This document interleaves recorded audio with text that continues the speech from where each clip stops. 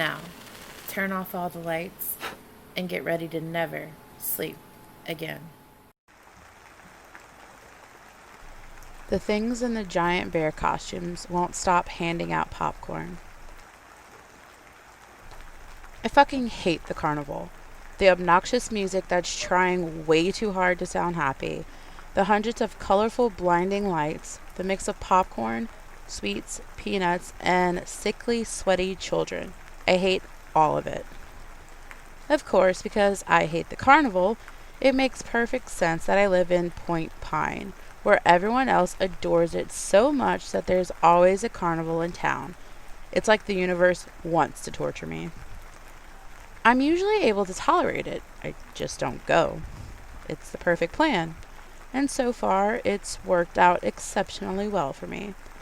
And then they added the dancing bears. They look like normal brown teddy bears with black eyes and a red bow tie. Only these are about 7 feet tall. I saw the first one in the middle of town while I was picking up groceries. It was standing outside the bakery, slowly swaying in place while that stupid carnival music played through some speakers that seemed to be located inside the costume. As I got closer to the giant dancing bear, I thought about kicking whoever had this fantastic idea right in the teeth. When I passed the bear, it held out a bucket of popcorn toward me, seemingly manifesting it out of thin air. It kept swaying as it held the bucket out towards me, staring at me with its stupid, beady eyes. Yeah, no thanks, I scoffed, pushing it aside. The bear dropped the bucket, and the popcorn spilled all over the sidewalk. Dumbass, I mumbled as I kept walking. The next time I went into town, there were 3 bears, all identical, all swaying, and all were playing that same stupid carnival music. I think the best part about this was that the music was not playing simultaneously, making the already lousy tune sound even worse, which I didn't really know was possible until now. Every time a person passed by the bears, they would pull a bucket of popcorn out of nowhere and offer it to the bystanders. Every single idiot took it, of course, and I rolled my eyes as their stupid faces filled with joy. After about 3 days of this, the smell of popcorn was everywhere. I swear it was in my fucking skin at that point. It was nauseating. One step outside and you were hit with the smell of popcorn. It had even started to seep into my home. All I could smell was popcorn. The single semi-tolerable thing was now also ruined, which only further enforced my hatred. And still, the bears continued to multiply like bunnies. There was now one on every street corner, even the neighborhoods. The stupid carnival music could be heard everywhere in town. It was so irritating that I thought about jamming something in my ears for some relief. The next time I went out, popcorn filled the streets. It was everywhere. It looked like all of Point Pine was a popcorn machine. A popcorn machine that incessantly played carnival music. I could tell that even the other people who usually loved the carnival were getting tired of it.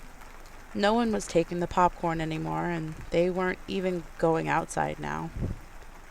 I was sitting in my living room trying to watch a movie and tune out the music when a scream pierced through both of those sounds and startled me. I ran to the window and looked outside where a woman was pointing down the street at one of the dancing bears and screaming. One by one, my neighbors started to come out of their homes to investigate the murderous screams. And I saw Andy Cobert take one look down the street and throw up all over his rose bushes. Seeing that piqued my interest, so I stepped out of my house into the popcorn fumes that sat heavily over Point Pine. I walked out onto my popcorn-covered lawn and looked down the street. The giant dancing teddy bear was still there, but whoever it was under the costume had removed the head and was holding it in their hands as they danced. Oh, and the person in the costume didn't have a head. All that came out the top of the costume was a neck that appeared to have sewn together at the top where the head should be. I stared at the headless dancing person, as they moved the giant teddy bear head around while they swayed on the street corner. They had been out there for so long now that the carnival music was no longer happy and bubbly. Now it was distorted and creepy. We all stood outside our homes, staring at the headless dancer at the end of the street, not knowing what to do. When weird things happen in Point Pine, we're usually warned about them in advance, and on the off chance that we aren't warned, someone or multiple someones die. A scream erupted from the next street, signaling that the dancing bear had removed its head. Andy's husband, Marwin, walked down the street towards the bear, his feet crunching down on all the popcorn. I watched as he went up to the bear, and a bucket of popcorn appeared in midair and fell onto Marwin's head. I stifled a laugh as he threw the bucket aside. Marwin reached over and took the bear head away from the dancer, turning it over to examine it. He shook it a few times, and I expected a head to fall out and roll into the popcorn, but it appeared to be empty. Suddenly, the dancing bear reached out and grabbed Marwin's arm with one of its teddy bear arms. Marwin backed up, trying to get away, but wasn't able to. "What the fuck, man?" he shouted as he tried to shake the teddy bear off. Andy ran down the street towards Marwin and attempted to pry the bear away from him. "Why is this thing so fucking strong? It's a bear!" he wailed in tears. I rolled my eyes and ran over, taking out the small pocket knife I carried in my pockets and cutting the teddy bear arm. The knife tore through the fabric, cutting off about 6 inches of the arm. It sliced right through. The arm was empty. "What the—" Marwin grabbed the now limp piece of fabric and looked inside of it. "They don't even have arms." He was right. Whoever was in the costume had a neck, no head, and apparently no arms. The entire arm that I had cut was now limp and flapping around as the teddy bear swayed as if all the stuffing had been taken out. I walked up to the teddy bear again and sank my knife into the chest, dragging it down a few inches. Andy gasped. I stepped back and waited, but nothing happened. I looked back at my neighbors, who were fixated on the teddy bear. After a few minutes, the carnival music stopped, and the bear froze in place. I took a few steps back, and suddenly, blood began pouring out of the gash in its chest, spilling down the front of the suit and onto the popcorn on the ground. After that, chunks of stuff began to tumble out of the same gash, falling onto the popcorn with a sick, splattering sound. I looked closer at the things that were spilling out of the giant teddy bear, and finally realized what it was. They were organs. Organs were falling out of the teddy bear. "Is that a liver?" Marwin asked. "Yep," I replied. "And that's a heart," he said. "Yep." "Lovely." When all the insides stopped falling out of the teddy bear, it crumpled in on itself and sank to the floor, covering the popcorn like a rug. "Is it dead?" someone called from behind me. "I don't fucking know. At least the music stopped." We all stood in silence in the middle of the popcorn-covered road and stared at the pile of blood and organs. Andy threw up on someone else's yard, and then Marwin took him back to their house. "Hey, look!" I looked up to see that the dancing bear on the street corner across from ours had also fallen over. Everyone in that neighborhood simply stared at the empty bear costume.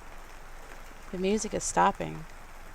I listened as the music that had been coming from the bears got quieter and quieter.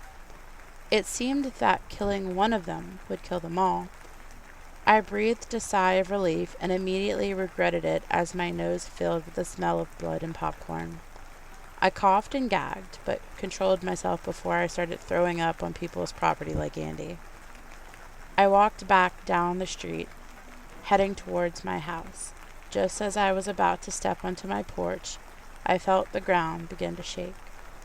I held onto the stair railing and looked back just in time to hear a loud pop and see Felicia Green fall backward onto the popcorn in the street. There was a giant hole in the middle of her chest that was still slightly smoking.